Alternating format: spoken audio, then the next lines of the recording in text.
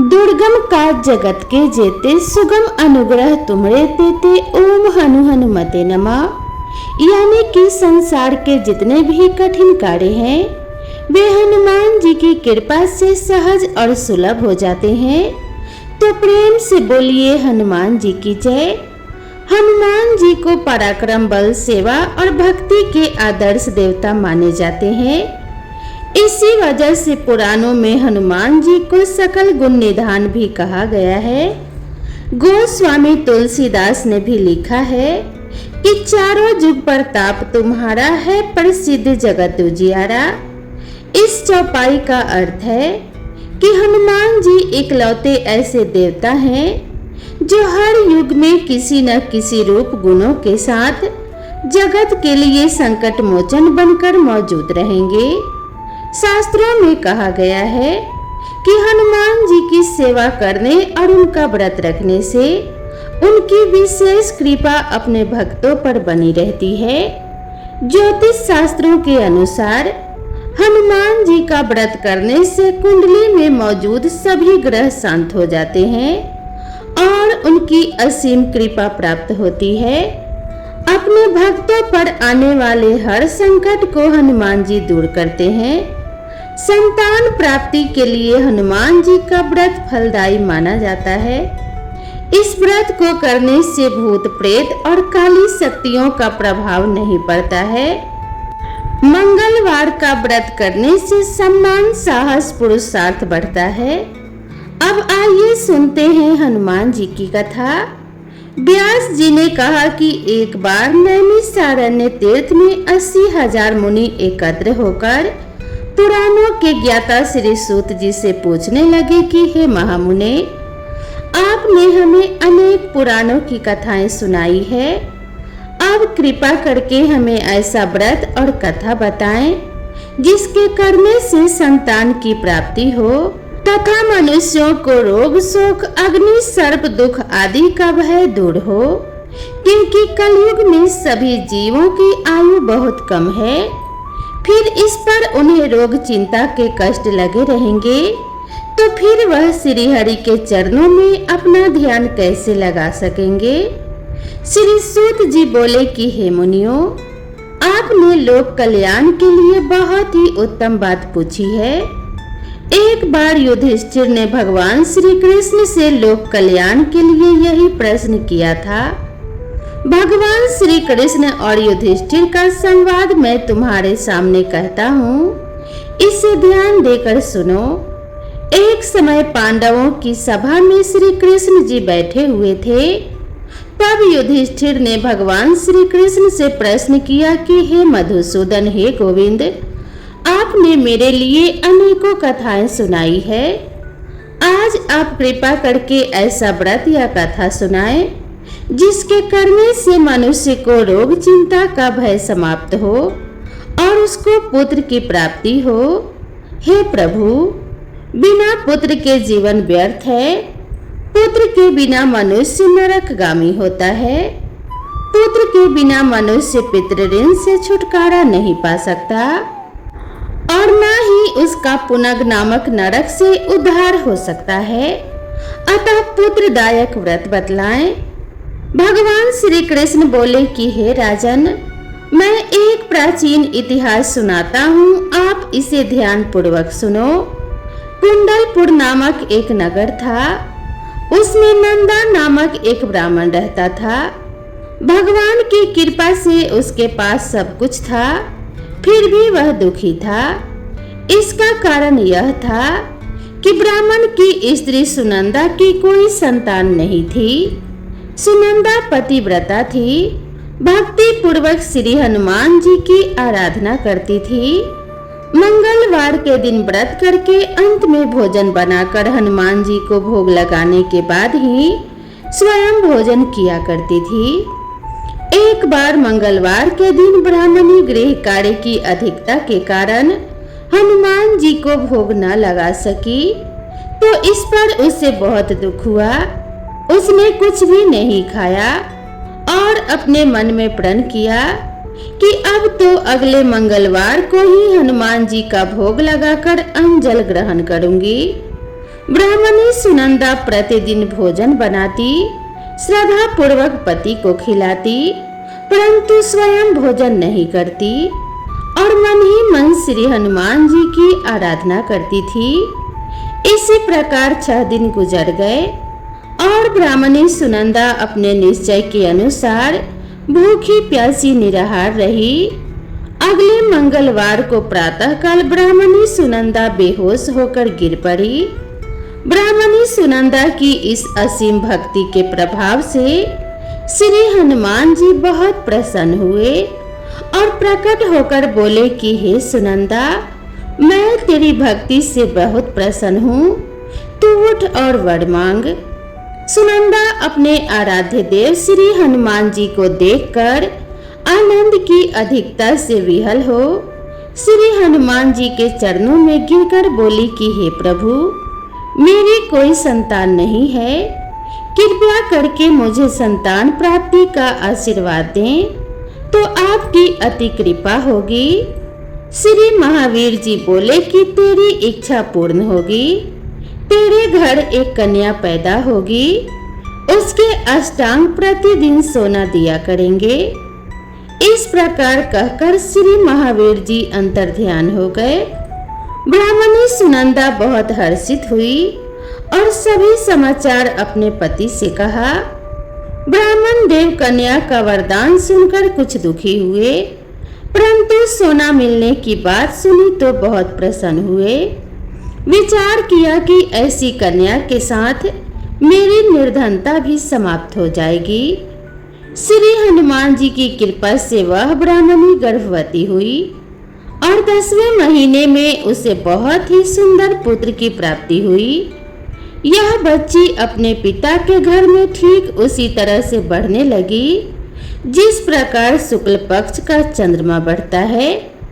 10वें दिन ब्राह्मण ने उस बालिका का नामकरण संस्कार कराया।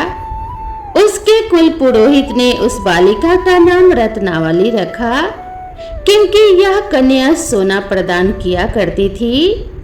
इस कन्या ने पूर्व जन्म में बड़ी ही विधान से मंगल देव का व्रत किया था। रत्नावली का अष्टांग बहुत सा सोना देता था। उस सोने से नंदा ब्राह्मण बहुत ही धनवान हो गया। अब ब्राह्मणी भी बहुत अभिमान करने लगी थी। समय बीतता रहा। अब रत्नावली 10 वर्ष की हो चुकी थी। एक दिन जब नंदा ब्राह्मण प्रसन्नचित्त था, तब सुनंदा ने अपने पति से कहा, मेरी पुत्री रत्नावली विवाह के योग्य हो गई है, अतः आप कोई सुंदर तथा योग्य वर देखकर इसका विवाह कर दें। यह सुनकर ब्राह्मण बोला, अभी तो रत्नावली बहुत छोटी है। तब ब्राह्मणी बोली, शास्त्रों की आज्ञा है कि कन्या 8वें वर्ष में गौरी, 9 वर्ष में रोहिणी, 10वें वर्ष में कन्या, इसके पश्चात रजस्वला हो जाती है। गौरी के दान से पाताल लोक की प्राप्ति होती है, रोहिणी के दान से वैकुंठ लोक की प्राप्ति होती है, कन्या के दान से इंद्र लोक में सुखों की प्राप्ति होती है। हे स्वामी, अगर रजस्वला का दान किया जाता है तो घोर नरक की प्राप्ति होती है। इस पर ब्राह्मण बोला, अभी तो रत्नावली मात्र 10 वर्ष की ही है और मैंने तो 16-16 साल की कन्याओं के विवाह कराए हैं, अभी जल्दी क्या है। तब ब्राह्मणी सुनंदा बोली, आपको तो लोभ अधिक हो गया है लगता है। शास्त्रों में कहा गया है कि माता पिता और बड़ा भाई रजस्वला कन्या को देखते हैं तो वह अवश्य ही नरकगामी होते हैं। तब ब्राह्मण बोला, अच्छी बात है, कल मैं अवश्य ही योग्य वर की तलाश में अपना दूत भेजूंगा। दूसरे दिन ब्राह्मण ने अपने दूत को बुलाया और आज्ञा दी कि जैसी सुंदर मेरी कन्या है वैसा ही सुंदर वर उसके लिए तलाश करो। दूत अपने स्वामी की आज्ञा पाकर निकल पड़ा। पंपई नगर में उसने एक सुंदर लड़के को देखा। यह बालक एक ब्राह्मण परिवार का बहुत गुणवान पुत्र था। इसका नाम सोमेश्वर था। दूत ने इस सुंदर व गुणवान ब्राह्मण पुत्र के बारे में अपने स्वामी को पूर्ण विवरण दिया। ब्राह्मण नंदा को भी सोमेश्वर अच्छा लगा और फिर शुभ मुहूर्त में विधि पूर्वक कन्या का दान करके ब्राह्मण ब्राह्मणी संतुष्ट हुए। परंतु ब्राह्मण के मन में तो लोभ समाया हुआ था। उसने कन्या दान तो कर दिया था, पर वह बहुत ही खीन भी था। उसने विचार किया कि रत्नावली तो अब चली जाएगी और मुझे इससे जो भी सोना मिलता था वह अब नहीं मिलेगा। मेरे पास जो भी धन था कुछ तो इसके विवाह में खर्च हो गया और जो शेष बचा है वह भी कुछ दिनों में समाप्त हो जाएगा। मैंने तो इसका विवाह करके बहुत बड़ी भूल कर दी है। अब कोई ऐसा उपाय हो कि रत्नावली मेरे घर में ही बनी रहे, अपनी ससुराल न जाए। लोभ रूपी राक्षस ब्राह्मण के मस्तिष्क पर छाता जा रहा था। रात भर अपनी सैया पर बेचैनी से करवटें बदलते बदलते उसने एक बहुत ही क्रूर निर्णय लिया। उसने विचार किया कि जब रत्नावली को लेकर उसका पति सोमेश्वर अपने घर के लिए जाएगा तो वह मार्ग में छिपकर सोमेश्वर का वध कर देगा और अपनी लड़की को अपने घर ले आएगा, जिससे नियमित रूप से उसे सोना भी मिलता रहेगा। समाज का कोई मनुष्य उसे दोष भी नहीं देगा। प्रातः काल हुआ तो नंदा और सुनंदा ने अपने जमाई तथा लड़की को बहुत सारा धन देकर विदा किया। सोमेश्वर अपनी पत्नी रत्नावली को लेकर ससुराल से अपने घर की तरफ चल दिया। ब्राह्मण नंदा महालोभ के वशीभूत हो अपनी मति खो चुका था। पाप पुण्य को उसे विचार न रहा था। अपने भयानक व क्रूर निर्णय को कार्य रूप देने के लिए उसने अपने दूत को मार्ग में अपने जमाई का वध करने के लिए भेज दिया था, ताकि रत्नावली से प्राप्त होने वाला सोना उसे हमेशा मिलता रहे और वो कभी निर्धन ना हो। ब्राह्मण के दूत ने अपने स्वामी की आज्ञा का पालन करते हुए उसके जमाई सोमेश्वर का मार्ग में ही वध कर दिया। समाचार प्राप्त कर ब्राह्मण नंदा मार्ग में पहुंचा और रुदन करती अपनी पुत्री रत्नावली से बोला कि हे पुत्री, मार्ग में लुटेरों ने तेरे पति का वध कर दिया है। भगवान की इच्छा के आगे किसी का कोई वश नहीं चलता है। अब तू घर चल, वहां पर ही रहकर शेष जीवन व्यतीत करना। जो भाग्य में लिखा है वही होगा। अपने पति की अकाल मृत्यु से रत्नावली बहुत दुखी हुई। करुण क्रंदन व रुदन करते हुए अपने पिता से बोली कि हे पिताजी, इस संसार में जिस स्त्री का पति नहीं है उसका जीना व्यर्थ है। मैं अपने पति के साथ ही अपने शरीर को जला दूंगी और सती होकर अपने इस जन्म को, माता पिता के नाम को तथा सास ससुर के यश को सार्थक करूंगी। ब्राह्मण नंदा अपने पुत्री रत्नावली के वचनों को सुनकर बहुत दुखी हुआ। वह मन ही मन विचार करने लगा, मैंने व्यर्थ ही जमाई वध का पाप अपने सिर ले लिया। रत्नावली तो उसके पीछे अपने प्राण तक देने को तैयार है। मेरा तो दोनों तरफ से मरण हो गया। धन तो अब मिलेगा नहीं। जमाई वध के पाप फलस्वरूप यम यातना भी भुगतनी पड़ेगी। यह सोचकर वह बहुत खिन्न हुआ। सोमेश्वर की चिता बनाई गई। रत्नावली सती होने की इच्छा से अपने पति का सिर अपनी गोद में रखकर चिता में बैठ गई। जैसे ही सोमेश्वर की चिता को अग्नि लगाई गई, वैसे ही प्रसन्न हो मंगलदेव वहां प्रकट हुए और बोले कि हे रत्नावली, मैं तेरी पति भक्ति से बहुत प्रसन्न हूँ, तू वर मांग। रत्नावली ने अपने पति का जीवन दान मांगा। तब मंगलदेव बोले कि हे रत्नावली, तेरा पति अजर अमर है, यह महाविद्वान भी होगा और इसके अतिरिक्त तेरी जो इच्छा हो वह वर मांग ले। तब रत्नावली बोली कि हे ग्रहों के स्वामी, यदि आप मुझ पर प्रसन्न हैं तो मुझे यह वरदान दीजिए कि जो भी मनुष्य मंगलवार के दिन प्रातः काल लाल पुष्प लाल चंदन से पूजा करके आपका स्मरण करे, उसको रोग व्याधि ना हो, सजनों का कभी वियोग ना हो, सर्प अग्नि तथा शत्रुओं का भय ना रहे।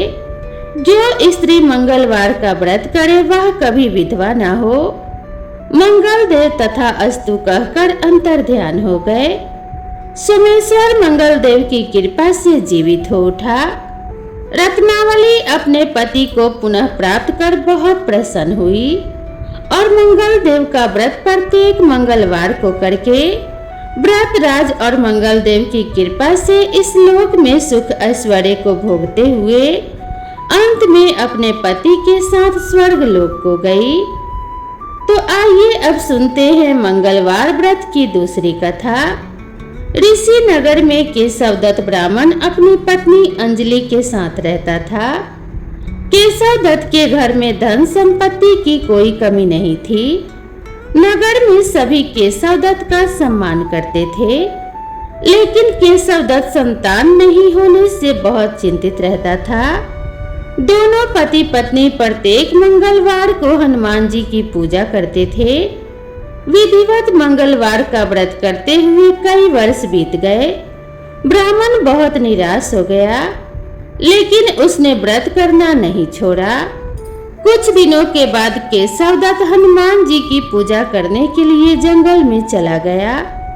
उसकी पत्नी अंजलि घर में रहकर मंगलवार का व्रत करने लगी। दोनों पति पत्नी पुत्र प्राप्ति के लिए मंगलवार का विधिवत व्रत करने लगे। अंजलि ने अगले मंगलवार को व्रत किया, लेकिन किसी कारणवश उस दिन अंजलि हनुमान जी को भोग न लगा सकी और उस दिन वह सूर्यास्त के बाद भूखी ही सो गई। अगले मंगलवार को हनुमान जी को भोग लगाए बिना उसने भोजन नहीं करने का प्रण कर लिया। 6 दिन तक अंजलि भूखी प्यासी रही। 7वें दिन मंगलवार को अंजलि ने हनुमान जी की पूजा की, लेकिन तभी भूख प्यास के कारण अंजलि बेहोश हो गई। हनुमान जी ने उसे स्वप्न में दर्शन देते हुए कहा कि उठो पुत्री, मैं तुम्हारी पूजा पाठ से बहुत प्रसन्न हूँ।